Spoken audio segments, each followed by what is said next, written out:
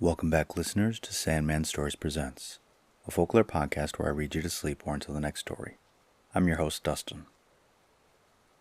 Today we are back in the book of Ecuadorian folktales written down by Mario Conde. In the first story, we learn why it's good for you to let in a stranger. And in the second story, we learn why horses want to eat gold. Okay, let's begin. Lake San Pablo, located 10 minutes from Otavalo, is one of the most important tourist attractions in Imbabura province. However, it was not always this way. Legend has it that long ago, a ranch sat there in the middle of a vast plain. Fertile soil, abundant harvests, and extensive pastures for his cattle made the owner of the estate extremely rich. But he was also extremely miserly. He had everything in abundance, crops, fruit trees, and hundreds of heads of livestock. Nevertheless, he was a mean man who shared nothing with anyone. One afternoon, a stranger arrived at the entrance of the ranch, pulling a donkey loaded with 2 barrels and a variety of aquatic plants, watercress, mosses, bulrush, lilies, and more. With complete humility, the stranger shouted through the gate, "Hey there! Hey! Can you let me in? Just a room for the night, for the love of God." No one answered. The miser sent 7 angry dogs to attack the man. When he saw what was going to happen to the man, one of the servants felt sorry for the poor stranger, and even though he knew his boss would reprimand him, he drove the dogs away. Then, he let the stranger in. That afternoon, the owner of the farm had a big party. They sacrificed a pig. There was plenty of food and drink. While the stranger was staying in the main house, the worker went to the sitting room to talk with the owner. "You utter fool," said the master insultingly. "You know damn well that I never give shelter to anyone, but you did it anyway. Let him sleep in the hall." The servant told the outsider his master's orders. After thanking the servant, the stranger gave him a warning. "Listen, my good man. Grab your things and flee this place. Something bad is about to happen to the ranch." Confused and shocked by these words, the worker took his few possessions and was gone in half an hour. Later, at nightfall, everyone in the main house was enjoying the bountiful feast. No one bothered to offer even a single bite to the stranger. Then, around midnight, he opened the taps on the 2 barrels. Out rushed a torrent of water that flooded the patio, the cattle corral, and the halls of the plantation house. The tremendous noise of the gushing waters alerted the farm owners, but they could do nothing. By morning, the lands of the ranch and everyone there were drowned in the waters. It is said that the mysterious stranger was the father of the lakes. The end.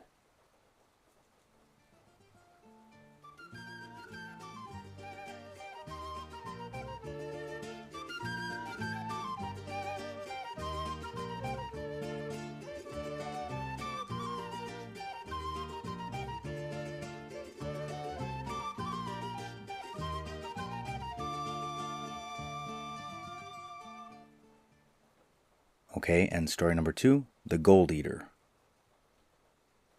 In the days of the Spanish conquest, an Andalusian soldier obtained gold from an old chief from the Gualaceo region of the southern highlands, about an hour away from the city of Cuenca. Like so many stories from this time, the conquistador used a ruse to get it. The story you have not heard is how this man got his gold, not by the cleverness of the trick, but by its stupidity.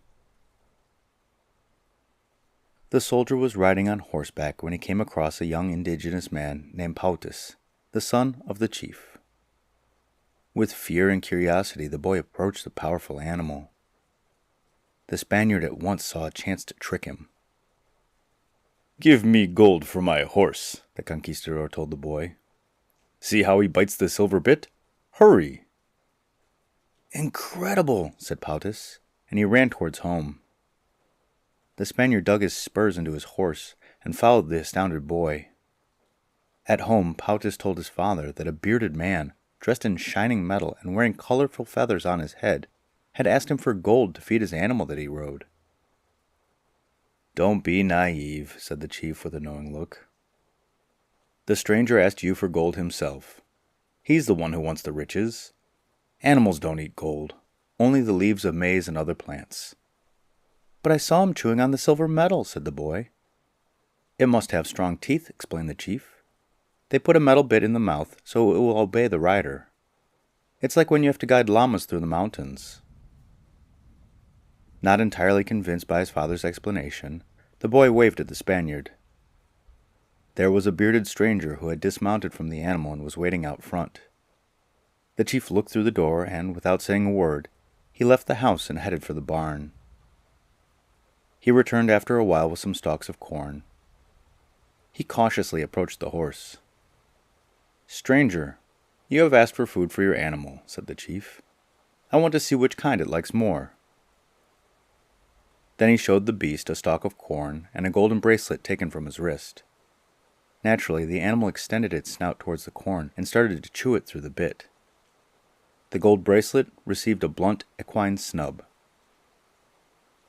"Stranger, take the gold and leave with it," ordered the chief without taking his eyes from Pautus. "Thank you, wise old man," said the Spaniard. When he left, the Spaniard took the gold for himself and the stalks of corn for his horse. The end.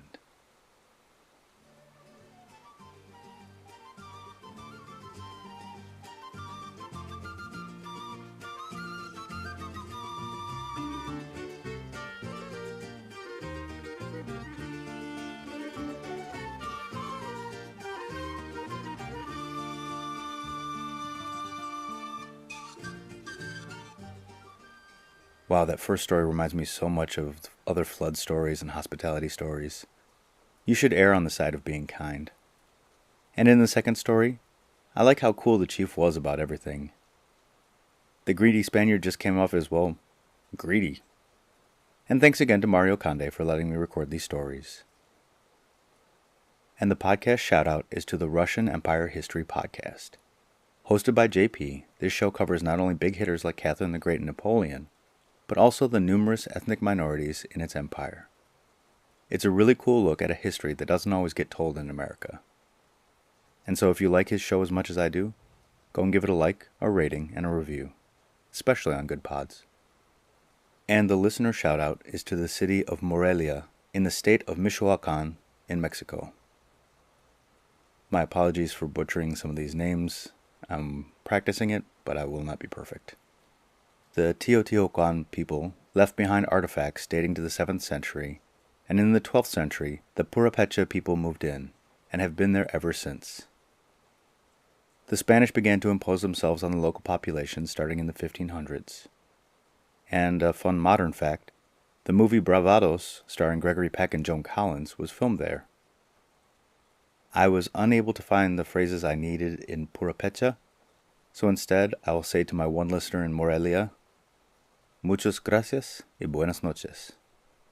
Thank you, and good night.